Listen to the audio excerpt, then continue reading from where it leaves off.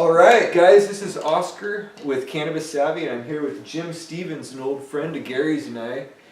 And I wanted to get his story out there.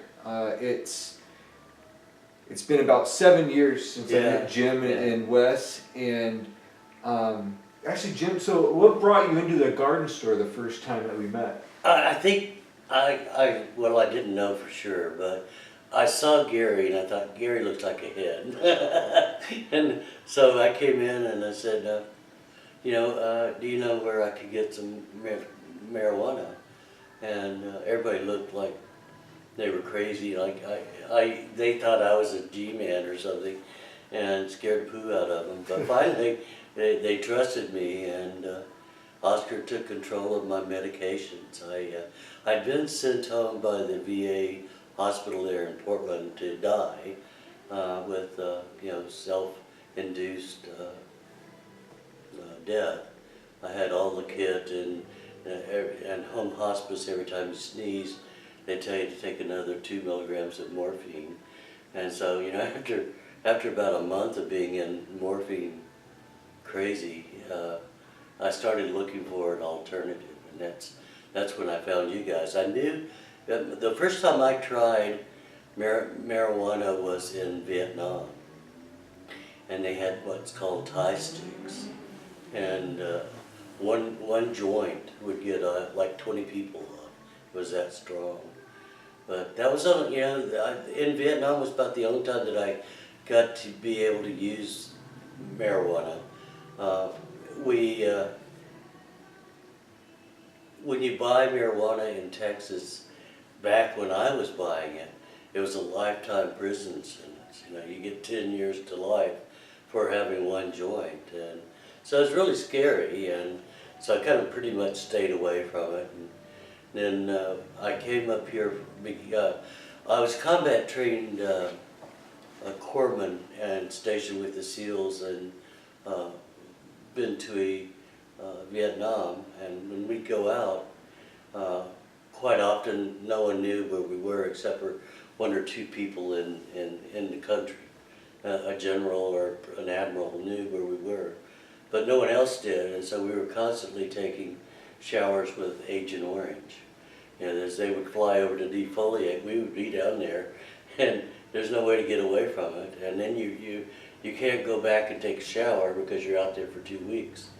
And eventually it took toll on me. And in 2000, I had a quadruple bypass because I have a severe arterial disease that's basically closing up all my capillaries, veins, and arteries. I have one artery left in the heart. But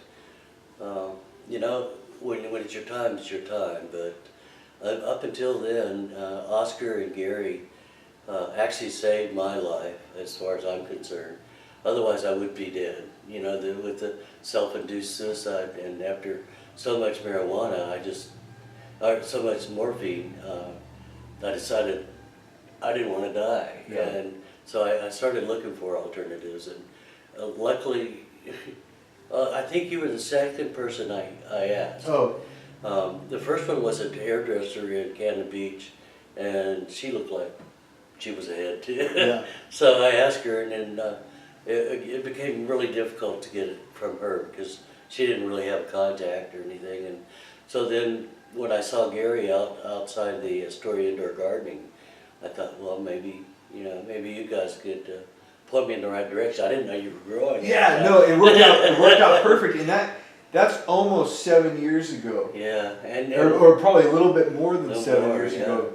And I know that you mentioned you're still having some heart issues, but where are you at? You had, was it a blood cancer? Or? Yeah, I have. It's a really rare form of leukemia, and it's called myelodysplastic syndrome.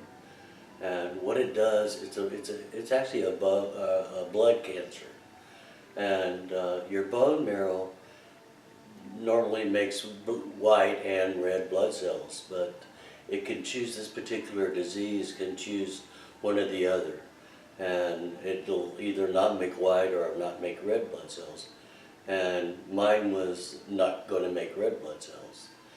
And so I started taking infusions, transfusions of blood. I had 28 transfusions before I came here, and I was sent up to actually Seattle to Fred Hutchins to get a stem cell transplant. Wow. But the problem was no one in my family was a DNA match, and they found someone because I'm 52% British. More British than the British now. But anyway, they found someone in Northern Europe that would be a match.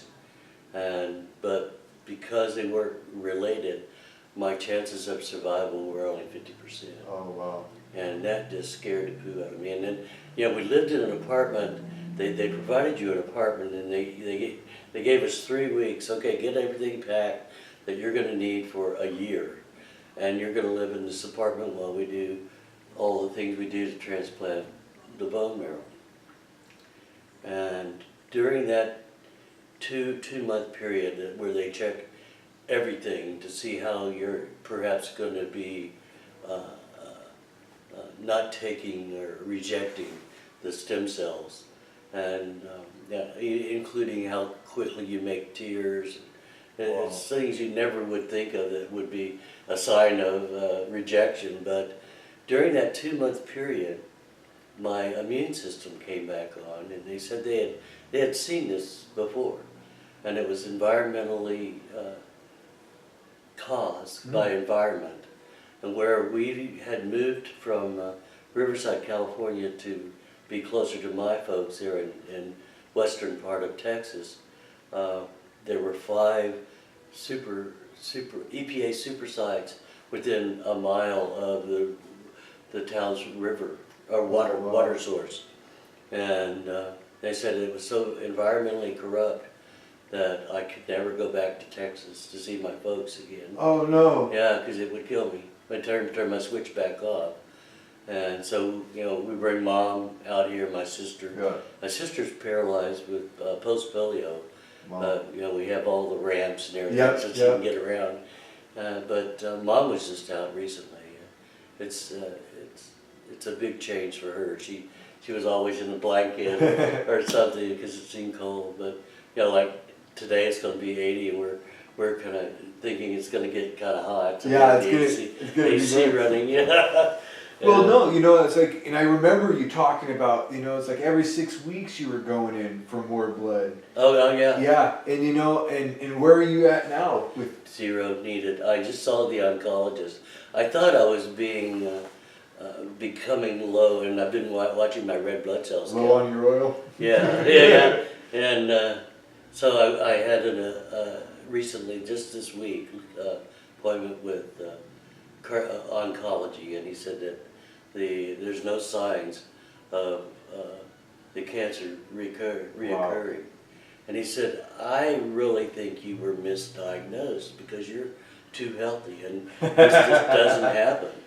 And so I told him, well, actually I'd gone to NIH, National Institute of Health in Bethesda, and they confirmed that I did have MDS. And so I kind of had an argument, going there. Like, I really was having cancer, but the thing is, when Oscar and Gary took over for me, got me off the marijuana, Oscar made these capsules, and I would take 1 a day, and within, I'd say, 2 to 3 months, everything turned around. I was just, I was feeling good, I could eat, I wasn't nauseated all the time.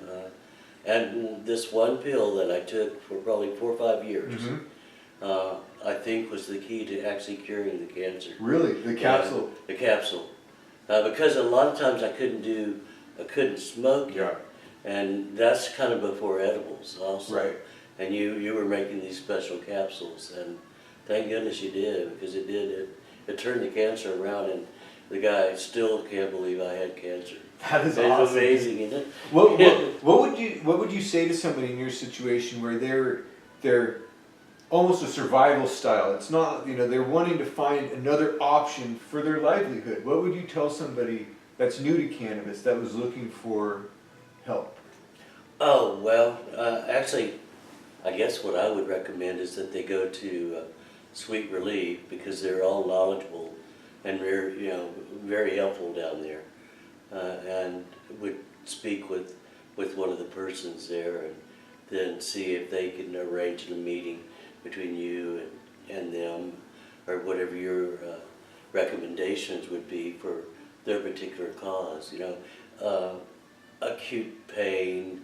I had angina up until about a year ago. Yeah. A typical angina was 7 to 8 pain. Wow. And it was amazing. They took me into the pain center in Portland, but the medicine they were giving me gave me like Parkinson's. Oh, I couldn't write, I couldn't do anything. And so I got off of that, and then this is when we all got together, and everything turned around from there. It was a wonderful experience. It's not, you see yourself dead. Wow. And so, you start making arrangements like cremation, and I want my ashes put here, Oh, or wow. whatever, you really do have to plan ahead. And even, at the time I was still in young 60s. Yeah. And it was a surprise to have to plan your own funeral. Something you were not expecting. Yeah. I just figured I would not wake up one day, but I had to plan it and close down corporations. And, Wow. and actually, because now because I've had the heart issue, I actually, they don't know what's causing it, but I've got this really bad habit because we live in a 3-story home. The top floor are bedrooms, TV room, and a bathroom, but when I would get to the stairs, for some reason, I would pass out and just fall down the whole flight of stairs. Yeah. And it wasn't good. The first time they thought I broke my neck. And it's been 3-4 times that I've fallen, and they kept me at OHSU for like 2 weeks, running every test they could think of that might cause it. But so far we have no Well, let's keep you upright. Yeah. Awesome, Jim. Thank you so much. Your story, I feel, is really important because coming from a place of not wanting the morphine, not wanting to be sick, not wanting to use the suicide kit, to where we still have health issues. Cannabis is not a panacea, but you have had 7 years, and 7 fruitful years. Exactly. And exactly. Thank you. Thanks for your time. I appreciate your help. Thank you.